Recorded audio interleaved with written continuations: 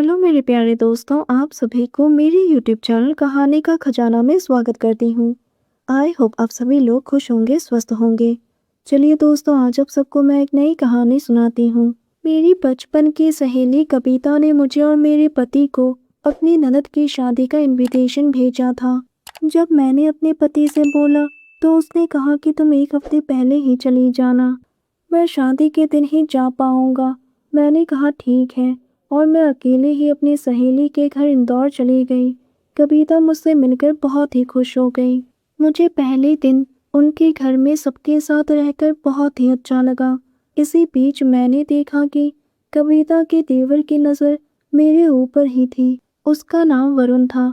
मैं जब से कविता के घर आई थी तभी से ही वरुण मुझे घूरे जा रहा था, लेकिन मैंने अपने आप को उससे दूर रखना ही ठीक समझा, क्योंकि मैं कविता के घर शादी में आई थी।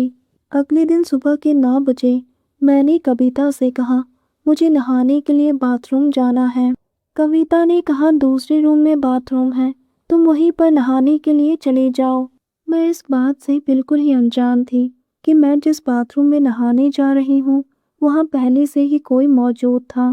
दोस्तों, चैनल पर पहली बार आए हैं तो इस वीडियो को लाइक, शेयर और सब्सक्राइब करें और एक प्यारा सा कमेंट ज़रूर कर दें। बाथरूम बहुत ही बड़ा था।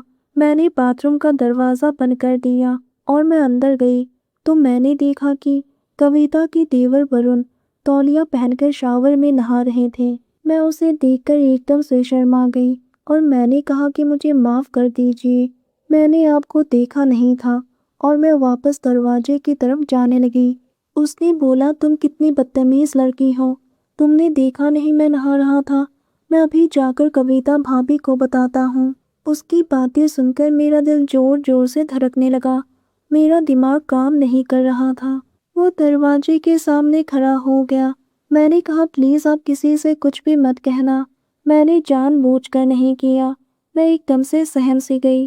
वो मेरे करीब आया और एक ही झटके में मुझे खींचकर अपनी बाहों में भर लिया। मैं उसके सामने गिड़गिड़ाने लगी।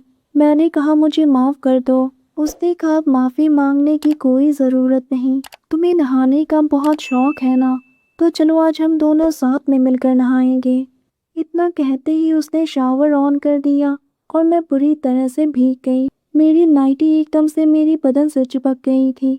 उसकी नज़र मेरी वजूद पर थी। उसने मुझे अपनी मजबूत बाहों में जकड़ रखा था। मेरी धड़कनें उसकी छाती में दब रही थी। वो मुझे चूमते हुए बोला, तुम बहुत ही खूबसूरत हो। मैंने अपनी आंखें बंद कर ली और मन ही मन कुछ अजीब सा महसूस करने लगी। मैं समझ गई कि वरुण मेरे साथ आगे बढ़ना चाहता है और मैं खुद को मानसिक रूप से तैयार भी कर चुकी थी। वो मुझे हर एक पर्दे से आज़ाद करता गया और उसने धीरे से मेरी धड़कनों को छुआ।